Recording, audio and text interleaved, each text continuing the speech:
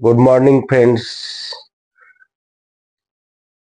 Today we are going to learn future continuous tense म्हणजे चालू भविष्यकाळ. फ्युचर म्हणजे भविष्य. आता बघा इकडं आपण दररोज हा व्हिडिओ बघत असताना जे कोणी माझ्या चॅनलला सबस्क्राईब करायचं राहिलं असेल तर त्यांनी नक्की सबस्क्राईब करा, लाईक करा, शेअर करा. Practice makes man perfect. जोपर्यंत आपण प्रॅक्टिस करत नाही तर रोज व्हिडिओ बघत नाही तोपर्यंत आपल्याला इंग्रजी येणार नाही. चला तर बघूया आपण आज फ्युचर कंटिन्युअस टेन्स मध्ये प्रश्नवाचक होकार आणि प्रश्नवाचक नकाराची वाक्य कशी तयार होतात आणि ते आपण कशी वापरायची आहेत. तर त्या ठिकाणी प्रश्नवाचक होकारामध्ये आपल्याला त्याचं वाक्याचं स्ट्रक्चर काय हे येणं फार महत्वाचं आहे. बघा बरं त्याचं स्ट्रक्चर काय मुलांनो. विल प्लस कर्ता प्लस बी प्लस क्रियापदाचे आयएनजी रूप प्लस प्रश्नचिन्ह. पहा तर या ठिकाणी आपण बघूया की त्याचं पहिलं वाक्य बघा. Will I be writing. मी लिहित असेल का. मी लिहित असेल का. दुसरं बघा. Will we be writing. We म्हणजे आम्ही. आम्ही लिहित असू का. तिसरं बघा. Will you be writing. तू लिहित असशील का. यू म्हणजे तू किंवा तुम्ही किंवा तुम्ही लिहित असाल का. चौथं बघा. Will he be writing. ही म्हणजे तो. Will he be writing. तो लिहित असेल का. पाचवं बघा. Will she be writing. She म्हणजे ती. विल सी बी रायटिंग म्हणजे ती लिहित असेल का.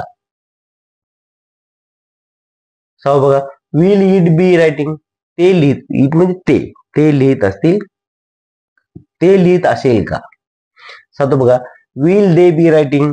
ते लिहित असतील का. दे म्हणजे तो ती ते. त्या लिहित असतील का किंवा ती लिहित असतील का. त्याचं एक्झाम्पल बघूया आपण.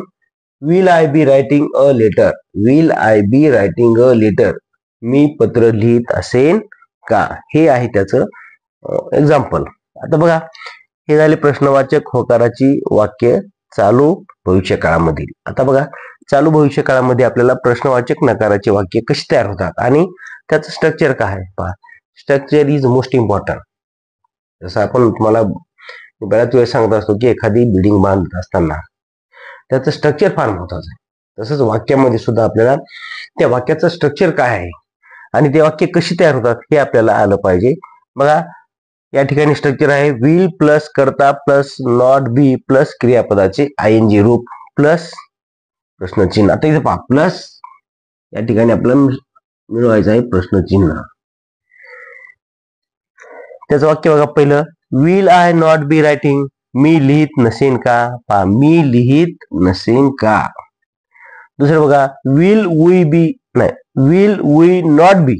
पहा not be writing. Will we not be writing. आम्ही लिहित नसू का. तिसरं बघा. Will you not be writing.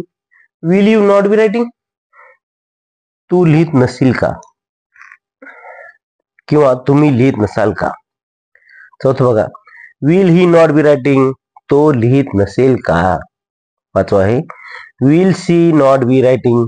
ती लिहित नाही. Will see not be writing. ती लिहित नसेल का. सहा बघा.